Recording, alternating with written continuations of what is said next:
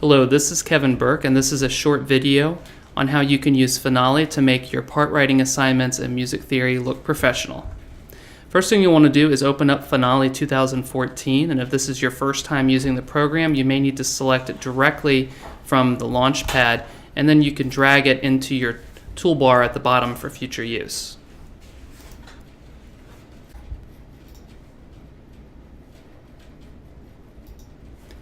Once Finale has opened, you'll want to select the Setup wizard, and you'll want to create a new ensemble and do this from scratch.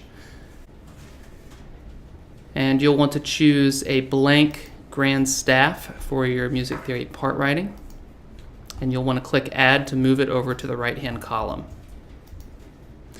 You can put in a title. Perhaps this is part writing assignment number 2. You can put your name down as the composer, and the rest of the information can pretty much be left blank at this point. You'll select a time signature and a key. Let's just stick with something in, we'll go with, how about B flat major.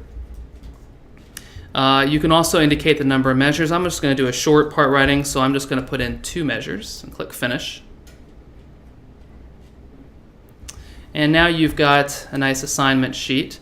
Since we didn't indicate anything specific for arrangement, it's included these other titles on here too. If you'd like to get rid of them, all you have to do is click this little button that has a T, and you can see these little boxes that appear, and you can just click on them and then hit delete, and they will remove them from your music.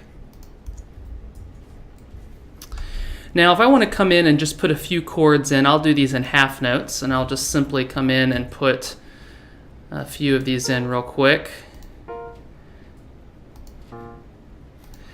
Now, one of the things you might notice with this first chord here is that the stem direction does not match how it is in most of your assignment books. Normally, you would want to have the soprano with the stem up, the alto with the stem down, the tenor with the stem up, and the bass with the stem down. But since this arrangement thinks that you're playing on a piano keyboard, they've grouped the stems together.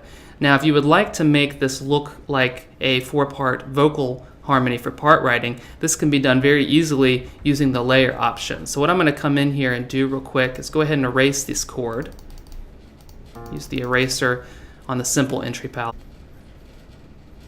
We can easily control the stem direction for our part writing assignment using the layer function. So the first thing I'm going to do is go ahead and erase the notes that I originally put in. And I'm going to put in just my soprano part and my tenor part, the parts that would have stem directions going up. So I'll come in here real quick and put in a soprano line and a tenor line.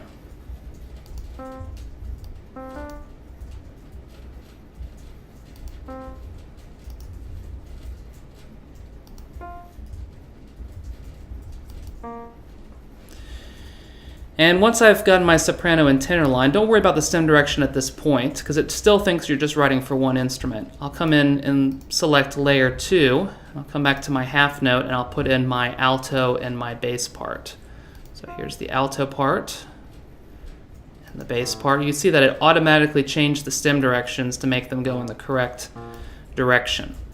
Then I'll come into the second half of this measure, and then I'll finish off.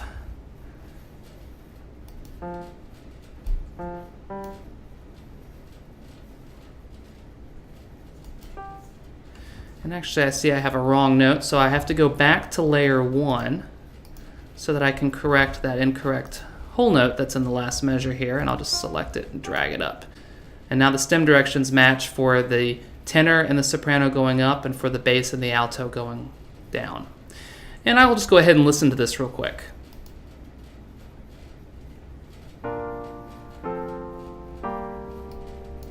Sounds pretty good. Now, the other thing that you can do to add to these part writing assignments is to actually put in the Roman numerals and figured bass as needed.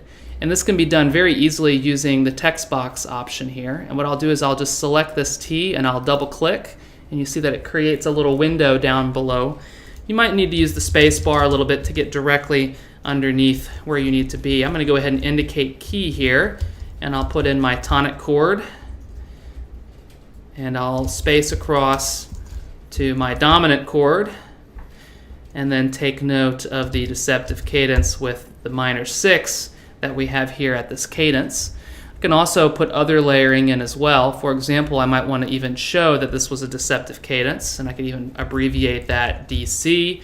And perhaps I even want to come in and put in some lead sheet symbols. So of course a B flat triad with the B flat, and then we can come in here for the F triad, and then for the G minor as well, and I have my lead sheet symbols here above hand. When this is done, this can be exported in a number of different fashions. You may want to just submit the finale assignment to your instructor, but let's say you don't have use of finale where you need this. If you would like to save this as a picture file, you'll just need to select the graphics image on the bottom left of the main tool palette. It looks like a triangle, a circle, and a square, and you'll see that that'll open up a new drop-down for graphics in the toolbar.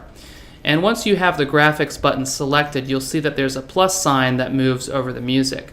What you'll want to do is double click, and on the second click, keep the button held down, and you can draw a box around the area you would like to save as a picture file, and when you let go, you'll see that that box is now present.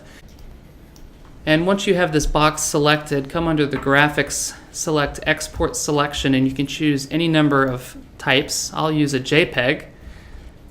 Click OK, and I'll name this Burke Assignment 1, and I'll save it to the desktop.